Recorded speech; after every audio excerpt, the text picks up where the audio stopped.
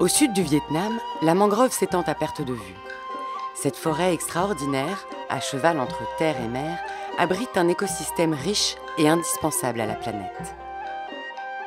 Elle protège le littoral contre l'érosion et les cyclones. Elle sert de lieu de reproduction aux espèces marines. Elle nourrit les hommes aussi. Tôi tên Phát, sống nghề đặt nò, đánh bắt mực và tôm cá cua ở rừng ngập mặn.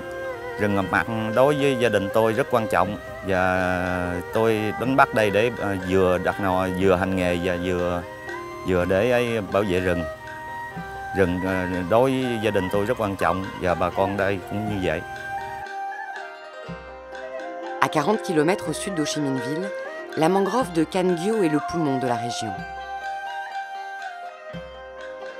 Le docteur Cyril Marchand est chercheur à l'Institut de recherche pour le développement. Avec le soutien de la fondation Air Liquide, il étudie la capacité de la mangrove à fixer les gaz à effet de serre.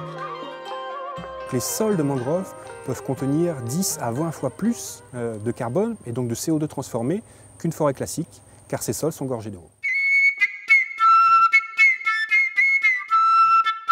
Les mangroves sont donc un atout vis-à-vis des changements climatiques, mais elles en subissent aussi les conséquences.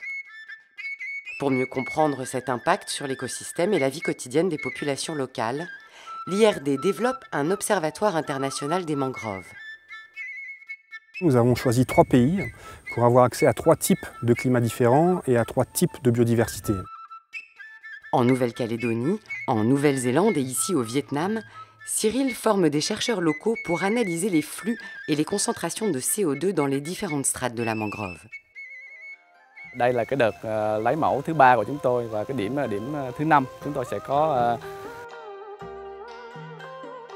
sông Lòng Tàu và một điểm ở trong cái khu tại vị trí chúng ta đang đứng đây. Nous avons installé des instruments de mesure au sein de la mangrove et ces stations nous ont été financées par la fondation Air Liquide pour permettre de mesurer en continu les échanges de CO2 entre l'atmosphère et l'écosystème.